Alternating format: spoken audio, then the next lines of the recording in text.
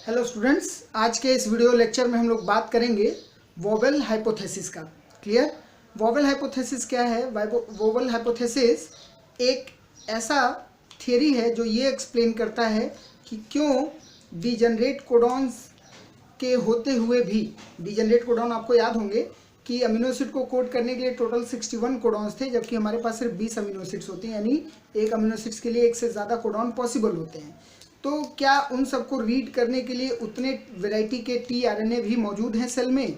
तो जब साइंटिस्टों ने स्टडी किया तो ये देखा कि 61 कोडॉन के लिए कम से कम 61 ट्रांसफ़र आरएनए होना चाहिए था, लेकिन ऐसा नहीं है। ठीक है, उनकी संख्या काफ़ी कम होती है। ठीक, तो अगर इतना कम टीआरएनए है तो कैसे वो सभी 61 या 61 जो आपके जेनेटिक कोडॉन्स है उसको कैसे वो डिकोड या रीड कर पाते हैं? तो इस चीज़ को समझने के लिए जो हाइपोथेसिस दी गई उसको हम लोग बोलते हैं वोवेल हाइपोथेसिस। ठीक है, तो वोवेल हाइपोथेसिस को आप इस तरह से समझ सकते हैं, जैसे मैंने डायग्राम में बनाया हुआ है। और ये जो थेसिस है, ये हाइपोथेसिस आपकी दी थी किसने? एफएससी क्रिक ने। तो एफएससी क्रिक ने ये बताया कि ट्रांसफर आरएनए पे जो एंटी कोडॉन्स है, देखिए ऊपर ये मैंने ट्रांसफर आरएनए पे एंटी कोडॉन्स लिखा हुआ है। ठीक है, एंटी कोडॉन, और नीचे ये आपका एमआरएनए है, और इस एमआरएनए में ये मैंने एक जेनेटिक कोडॉन बनाया हुआ है, तो ये जेनेटिक कोडॉन हो गया। ठीक, तो जो पेयरिंग होती है, हमेशा मैंने बार बार अपने सभी वीडियो लेक्चर्स में आपको एक बात बताई कि जब भी हम डीएनए आरएनए की रीडिंग करते हैं तो रीडिंग का डायरेक्शन हमेशा फिक्स होता है, वो होता है 5 प्राइम टू 3 प्राइम। तो जब हम कोडॉन को पढ़ेंगे तो वो भी 5 प्राइम टू 3 प्राइम में हमारा सीक्वेंस होगा।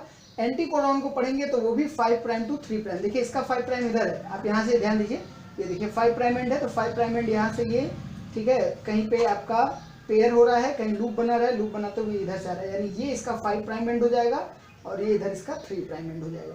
क्लियर? और इसी 3 प्राइम आर्म पे आपका अमीनो एसिड लगी रहती है।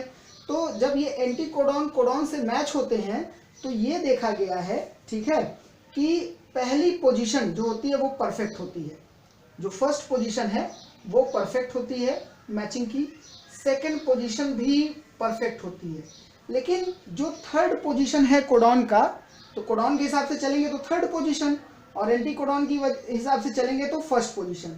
तो ये जो पोजीशन है, ठीक है, ये हमारा स्पेसिफिक नहीं होता है।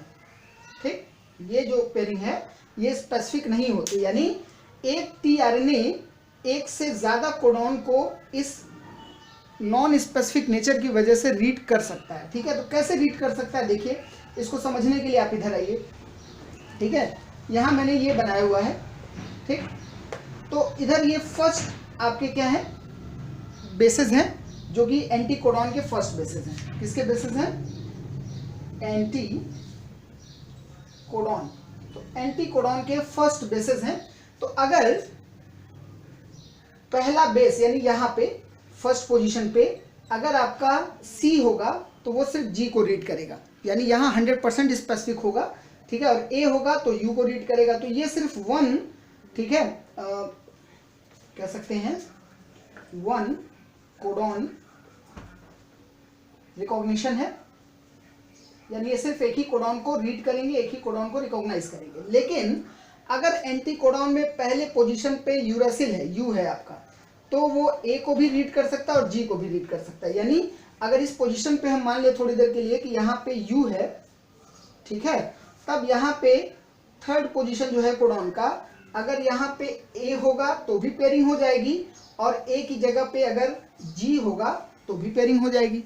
ठीक, तो इस तरीके से अगर एंटी कोडॉन में पहला जो बेस है वो यू है तो वो दो अलग अलग कोडॉन्स को रीड कर सकता है। दो अलग अलग कोडॉन कौन? एक हो जाएगा ए सी ए और दूसरा हो जाएगा ए सी जी। ठीक, तो इस तरह से दो कोडॉन को रीड कर सकता है। एग्जैक्टली सेम चीज यहाँ जी के साथ भी है।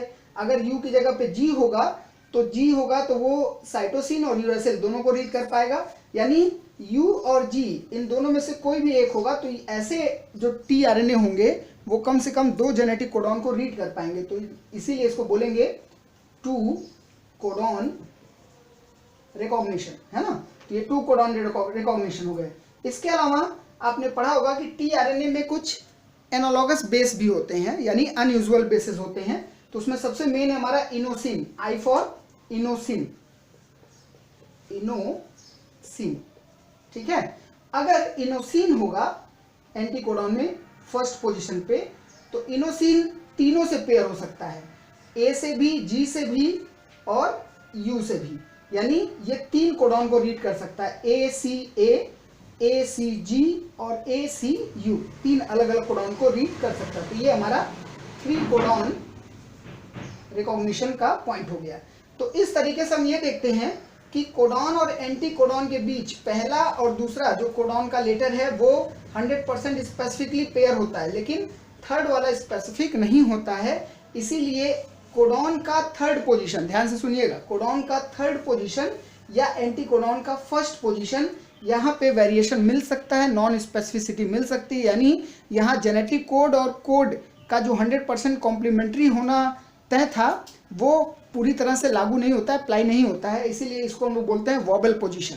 तो ये हमारा क्या हो गया, वॉबल पोजीशन, ठीक है।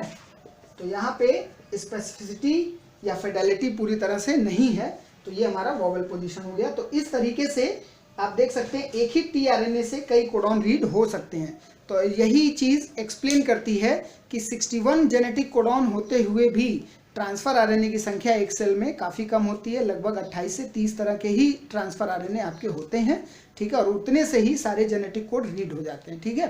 तो ये हाइपोथेसिस बहुत ही इंपॉर्टेंट है और अक्सर इसका सवाल आपके नीट में और दूसरे कॉम्पिटेटिव एग्जाम्स में पूछता है। तो याद रखिएगा, पोजीशन याद रखिएगा कि कोडॉन के रिस्पेक्ट में चलेंगे तो थर्ड पोजीशन, और एंटी कोडॉन के रिस्पेक्ट में चलेंगे तो फर्स्ट पोजीशन जो होती है वही वॉबल पोजीशन होती है। और यहाँ पे नॉन स्पेसिफिक बाइंडिंग के होने की वजह से, ठीक है, क्या होता है कि कम टीआरएनए होते हुए भी सभी जेनेटिक कोड रीड कर लिए जाते हैं और डिजनरेट नेचर जो है अमीनो एसिड्स का वो भी एक्सप्लेन हो जाता है। प्लस यहाँ से एक चीज़ और खास बात है, ध्यान दीजिए, अगर थोड़ी देर के लिए हम मान लें कि तीनों स्पेसिफिक होते हैं 100%, तो जब तीनों 100% स्पेसिफिक होते हैं तो 100% बाइंडिंग होती और तब 100% कॉम्प्लीमेंट्री बाइंडिंग होती, तो ऐसी बाइंडिंग भी काफ़ी स्ट्रांग होती, और स्ट्रांग बाइंडिंग होने के बाद जल्दी टूटती नहीं, यानी टीआरएनए अमीनो एसिड को लेके तो आता लेकिन परमानेंटली वहीं जुड़ा रहता, हटता ही नहीं जल्दी, है ना। तो इसलिए उसको हटाने के लिए ये प्रोसेस होना भी ज़रूरी था, ठीक। तो ये इसका इंपॉर्टेंस है वॉबल हाइपोथेसिस का,